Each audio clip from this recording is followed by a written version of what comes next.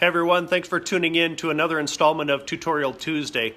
We already have some great questions on tap, so we're just going to go ahead and get right into those. And I'm going to remind you that tonight at 4 o'clock Mountain Standard Time, we're going to be doing a joint Insta Live with Hannah from Circle Y Equine Photography, and she also runs the Cowboy Features page. We're going to be talking about copyright infringement, how it affects you, what your options are, how to spot it, and those kind of things. So make sure to tune in for that tonight at 4 o'clock Mountain Standard Time. Let's get into those questions. Okay, question number 1 comes to us from Sam, and she asks, how do you keep good exposures even in midday sun? And the answer to that really comes down to a few things. Number 1, if you can, look for bounced light or reflected light. And what I mean by that is as the sun is coming down at an angle or even from top down, what you can do is look for bounce light off the side of a horse trailer, even off the side of a white house or a white building or something like that. Pay attention to the reflection though, because if the light is bouncing off of a red barn perhaps, you're going to get this red cast in in the coloration of somebody's face. But the other thing that you can do is look for garage doors, and what you're doing there is creating directional light. So as the sun is coming down, it's not going into the garage door, it's actually being it's turned into directional light because it's being bounced into it. So look for directional light via garage doors or barn doors or something like that. And finally, if you don't have those things available to you and you're out there and it's branding, it's 1 o'clock in the afternoon, no clouds in the sky, then what you're looking for is that rule of thumb. You can do what's called Sunny 16, and what that means is you take the aperture and you dial it into f16, and that technically should give you a good exposure in midday sun. I don't go there that often because I usually don't shoot that high of an aperture, but you can try it and see how it works for you. The other 2 options, though, are what I look for most. Our next question comes from Jade Elizabeth Photo, and she asked, what were your first few steps when you decided to take on photography full-time? And 2 things come to mind right away. Number 1, I wanted to learn the business side of photography, and number 2, I wanted to make sure that my education, my skills were up to par as well.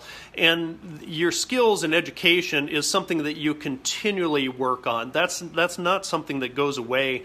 But the business side of it, you can be as creative as you want to. So what I did was I reached out to some of the local photography groups because, when I thought, if I want to do this full time, I need to understand how to do it full time from a business perspective.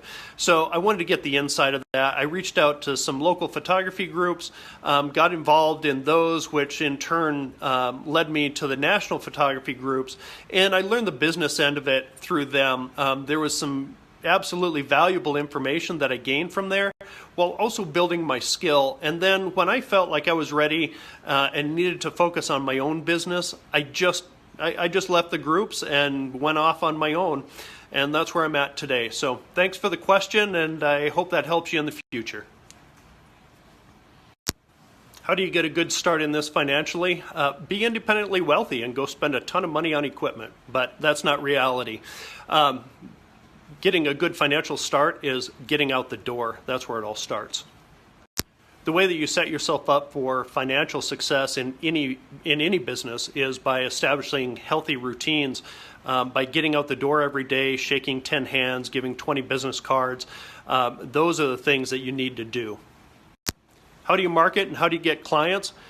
The easy answer to that is ask yourself how you don't do it, and that'll give you your answer. You get out the door, you shake hands, you build relationships, and you take shitty jobs when you need to.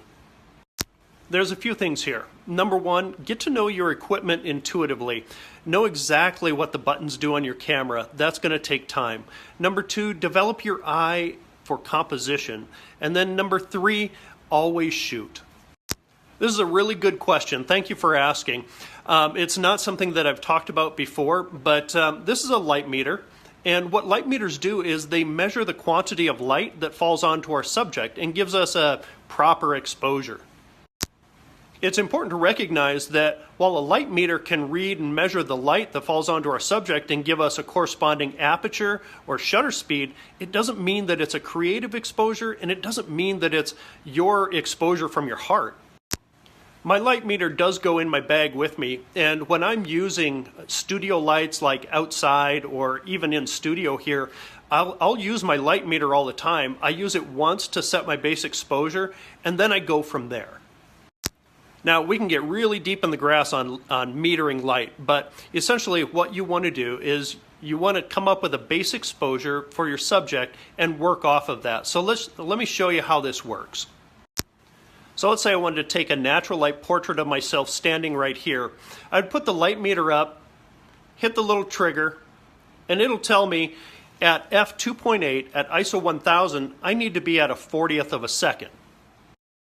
Now, we can also do that in camera, so I can take my camera right here, I can put it into AV or aperture priority mode, and I can dial in my ISO setting for ISO 1000 and also put in f2.8 and take a picture. So based on the same settings, let's go ahead and take a selfie and see what the camera comes up with shutter speed.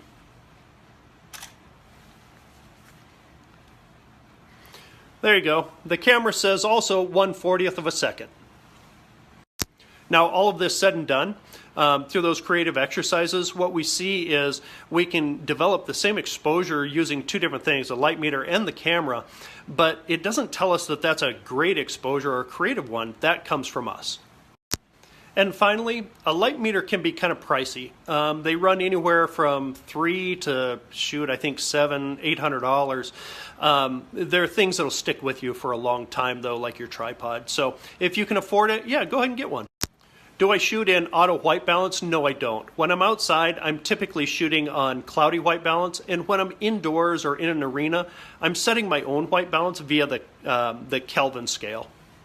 This question comes in from Jamie, and she asks, if you want to step up into the professional range of Canon cameras, what would you recommend? The first one is the Canon 6D. That one's really designed to be what would be considered your first full-frame body. It's at a reasonable price range, but it does come with some downfalls to it. And the next one is the Canon 5Ds. Those are going to run you somewhere in the neighborhood of $2,500 to nearly $3,000 brand new, but you can buy those used on places like KEH.com and look for a Mark IV that you can get into for maybe, I don't know, $1,500. And then also, there's Canon's mega flagship, the 1DX. But look at the 6D or even the 5Ds, but know that the 6D does come with some limitations. Thank you so much for the compliment. I appreciate that. The real thanks, though, goes out to the cowboys and the cowgirls and the ranches that let me come out and do my thing. Because without the access and acceptance that they give me, you won't get to see pictures like that. I use a couple Dell 22-inch monitors that you can see back there, but you can spend anywhere from $500 to upwards of $6,000 on a monitor, but these are the guys that I use all the time, and they're great. Hey, no problem. That's why we have Tutorial Tuesday. The Kelvin, Kelvin scale, is a measurement of light in temperature. So in an arena, I'd be setting a temperature at like 3,300 K. I'd be doing myself a disservice if I didn't say, come out to my workshop in September out here in Utah. It'll be September 20th through the 22nd. And I go over plenty of artificial lighting, but online resources are great. Online resources are really great to walk you through tutorials pretty much on anything, and that includes artificial light, but there's nothing better than learning together, and having something in your hand like a flash or something like that and being able to use it. All right, guys, deep question time. This one comes in. I'm not tagging the person. I told this person that I wouldn't because it's kind of a personal thing, but basically what it boils down to is this. There's a well-known photographer in this person's town, and this photographer has reached out and offered this person a position to work with them. But by doing so, they're requiring that this person sign a non-compete agreement, and then also that any of the pictures that this person takes while they're on duty would be property of this photographer's. Now, the first thing, the non-compete agreement, that's standard in the industry. I've had to sign them before. But it is a really good idea to have an attorney take a look at it, because courts historically, and this is from my own experience, courts historically have just pounded and ripped to shreds people, small businesses that have just tried to lock people up in non-competes in egregious terms. So I would recommend you reach out to an attorney and have them review your non-compete, but know that those things are standard. The second thing, what I would call the work for hire agreement, where you're coming in and while you're on an assignment for this photographer, you're taking pictures, and those pictures will actually be the property of this photographer. In other words, they won't have your watermark or anything like that on them. And that's standard too, you guys. This is all part of growth being in the photography industry, especially if you don't have the experience behind you. It's a great way to open the door.